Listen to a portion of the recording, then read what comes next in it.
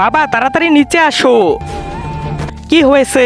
রাজা সাহেবের কোনো বাচ্চা হচ্ছে না, তার জন্য রাজ্যকে সামলাবে, তাড়াতাড়ি একটা ব্যবস্থা করো। মহারাজ মনে হয় আপনার চার্জার পিনের সমস্যা, এই কারণে চার্জ হয় না। আপনি একটা কাজ করেন, ওটার পিন বদল করে নেন। আরে বাবা সব করা হয়ে গেছে, এই কারণেই আপনার কাছে এসেছি। ঠিক আছে এখন বলেন আপনার মেয়ে চাই না ছেলে? সে না, আমি যদি সরাসরি ছেলে চাই তাহলে মনে করবে আমি ছেলে মেয়ে নিয়ে লোভ করছি।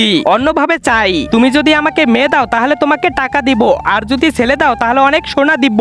বাহ রাজা আপনার কত বুদ্ধি, এখন তো সোনার লোভে ছেলেই দিবে। আর সোনা দিবে? এই নেন মহারাজ, তাড়াতাড়ি মহারানীকে এটা খাইয়ে দেন। এটা খাইয়ে দিলে মহারানীর বাচ্চা হবে।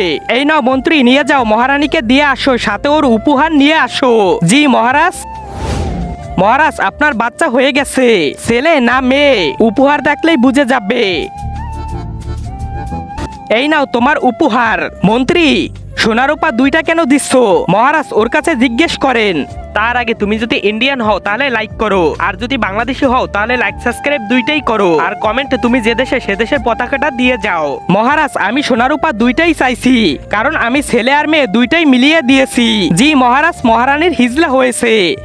আরে সালা তোর কাছে এটা চেয়েছি, এখন তোকে হিজলা বানিয়ে ছাড়বো।